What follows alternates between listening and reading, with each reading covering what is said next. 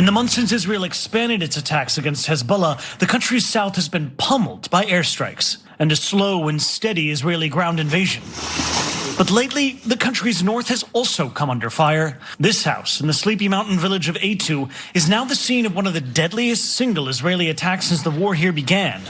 24 people were killed here in an airstrike on Monday. For the Lebanese, this is a crime scene, but it doesn't involve the usual suspects. This is a mostly Christian area. There's no real Hezbollah presence here most of the time. Well, based on all reports so far, all of those killed in that Israeli airstrike in the Lebanese town of Eitu were Christian civilians, including 10 women, 2 children. The rest were men, but none of them have been identified as Hezbollah fighters or militants. Now, in Lebanon overall, more than 2,300 people, including 127 children, have been killed in Lebanon since the October 7th attack, and an estimated 1.2 million have been displaced. Now, Hezbollah did target one of Netanyahu's homes in coastal Israel over the weekend. They did so through a drone strike, but the strike didn't hit his home. It ended up hitting a nearby building. Neither Netanyahu nor his wife were home at the time of this attack. And the attack came a week after a Hezbollah drone attacked and killed 4 Israeli soldiers and wounded dozens of others at a military base in northern Israel. And so as the war continues, more and more people are gonna die, and that includes people on the Israeli side, in this case soldiers, because that's typically what the Hezbollah fighters are targeting. Now, Netanyahu described the drone strike as an attempt to assassinate him, calling it a grave mistake, and he added that this will not deter me or the state of Israel from continuing our just war against our enemies. But when will this war end? And Israel apparently has an answer now. They have now made 2 very specific demands in order to end the war in Lebanon. And those terms cannot be met because they go against international law, and it also violates the sovereignty of Lebanon. So I'm gonna give you the details of that in just a minute, but Cenk, I wanted to give you an opportunity to jump in. Yeah, so first of all, Netanyahu complaining about assassination attempts is rich. I don't want anybody to get assassinated, but Netanyahu has launched a string of assassinations across the Middle East that is unprecedented and promises a lot more. So he's basically saying, I get to kill your leaders, but you don't get to kill our leaders. And by the way, of course, American politicians and media agree. Why? Because their leaders are no good terrorists that are resisting his occupation. But when he kills 40 times the number of civilians as Yahya Sinwar, magically he's not a terrorist because he didn't intentionally kill over 30,000 civilians, even if you take the IDF numbers. He accidentally killed 30,000 civilians. Would anybody take that as an excuse if Hamas did it? Oh, guys, we meant to kill Israeli soldiers, but we accidentally killed 30,000 Israeli civilians, including 15,000 Israeli children. Nobody would take that excuse. We'd call him a terrorist through and through every single day, and we'd say, of course people should attempt to assassinate them. Now, I don't want assassinations on any side, but are we going to be fair about this? Of course not, no. Netanyahu is precious and how dare they, and the others should all be murdered. I got it. So now on the Christian town they hit in Lebanon. So before they used to not hit Christian towns because no one cares about Muslims, so you can kill as many Muslims as you like. And look, I grew up Muslim. Everyone I knew in Turkey was Muslim. And their lives don't mean anything in America. If Israel killed them, no one would care at all. That's my family members. No one would care. But if you kill Christians, then people in America get a little bit more upset. Okay, Do they? No, not so upset that they would ever cut $1 from Israel. No, and I don't mean the politicians in all seriousness. Like the politicians wouldn't care if you slaughtered half of Christendom as long as you sent them a check. And by the way, that's not just Israel. It could be drug companies, health insurance companies, military industrial complex. You can kill anyone you like as long as you send American politicians a check. Okay, but for the actual American people, you start slaughtering Christians and you're gonna have issues. But now Israel feels so confident that they have occupied Washington, D.C. enough that they kill anyone they like. That town reported the #1 problem that reporters and humanitarian workers said in that town was the smell of rotting flesh. So 23 people killed. When I keep telling you this, and I am sorry that it's so graphic, but you have to understand what our money is doing. When a bomb lands, it incinerates those people alive, including 2 children. They had to put some of the body parts of the children in Ziploc bags because they were blown apart. So this is what our money is doing, and it's now doing it to Christians as well. I hope that doesn't move you more than when it happens to Muslims, but it just shows you there are no bounds left anymore for Netanyahu. He will do anything, kill anyone. Right now in northern Gaza, UN is saying that it is a humanitarian catastrophe with death and deprivation everywhere. You see the pictures, they look like they're straight out of the Holocaust. And so, but now we're told no, the Israelis are the moral ones. Netanyahu's, do you know that only 6% of Israel thinks that the government has gone too far in Gaza in regards to the Palestinian death toll and humanitarian conditions? Only 6% of the Israeli population thinks they went too far. So this is the situation we're in. So let's get to Israel's demands in order to come to an end with this war in Lebanon. So we're not even talking about Gaza, by the way. We're just talking about another sovereign country. So Israel has apparently shared its conditions for ending the war in Lebanon with the United States.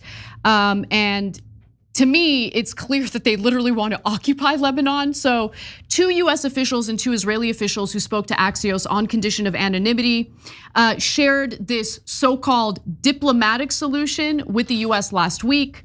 One Israeli demand is that the IDF be allowed to engage in active enforcement to make sure Hezbollah doesn't rearm and rebuild its military infrastructure in the areas of southern Lebanon that are close to the border, an Israeli official says. And the official added that Israel also demands its Air Force have freedom of operation in Lebanese airspace. That means you run Lebanon. Yeah, that means that you are occupying Lebanon. That's what that means. So guys, what is an occupation? Because now the Israelis do absurd things like say, no, we're not occupying anyone. The West Bank's not occupied. We withdrew from Gaza. Gaza's not occupied at all. Nothing is ever, like, just don't believe your lying eyes. Those people are perfectly free. They can do anything they like. That's absolutely a lie, not just false, but an active lie. So when you don't control your own borders, you are occupied. When you don't control your own military, your own airspace, you are occupied. That means you are under the power of a foreign power, okay, a different government. So, and when they say they're gonna do active enforcement in southern Lebanon, that means we're gonna have the military, our military in your country, enforcing whatever the hell we like on your citizens. That means you don't even have a country anymore. We now own Lebanon. And if you do anything we don't like, we're going to do active enforcement. And we're going to, since we control the air completely, we're going to kill anyone we want in Lebanon at any time if you disagree with us. That's an occupation. That is a foreign power controlling your government completely. Now, if you say, yeah, well, of course, because the Arabs are savages and can't be trusted, you're a racist. And so that's obvious, and we can get into terms, okay? But the bottom line is, don't pretend that Israel does not have a desire to occupy and take the land of the Arabs nearby when they take more and more of the West Bank every single day, as we're talking, where they are now intending to move into northern Gaza with settlers. That's why they're bombing them, starving them, and moving them out, going, what? We gave them a warning to move.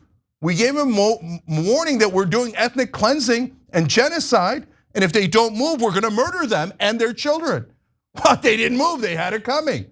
Well, all of Hamas's leaders are dead, who are you bombing? All of Hezbollah's leaders are dead, who are you bombing? No, this was never about self-defense, and they don't mind, and we've told you the kids with the bullet holes in their heads, and you see the starving children and the incinerated children. This is all about grabbing land.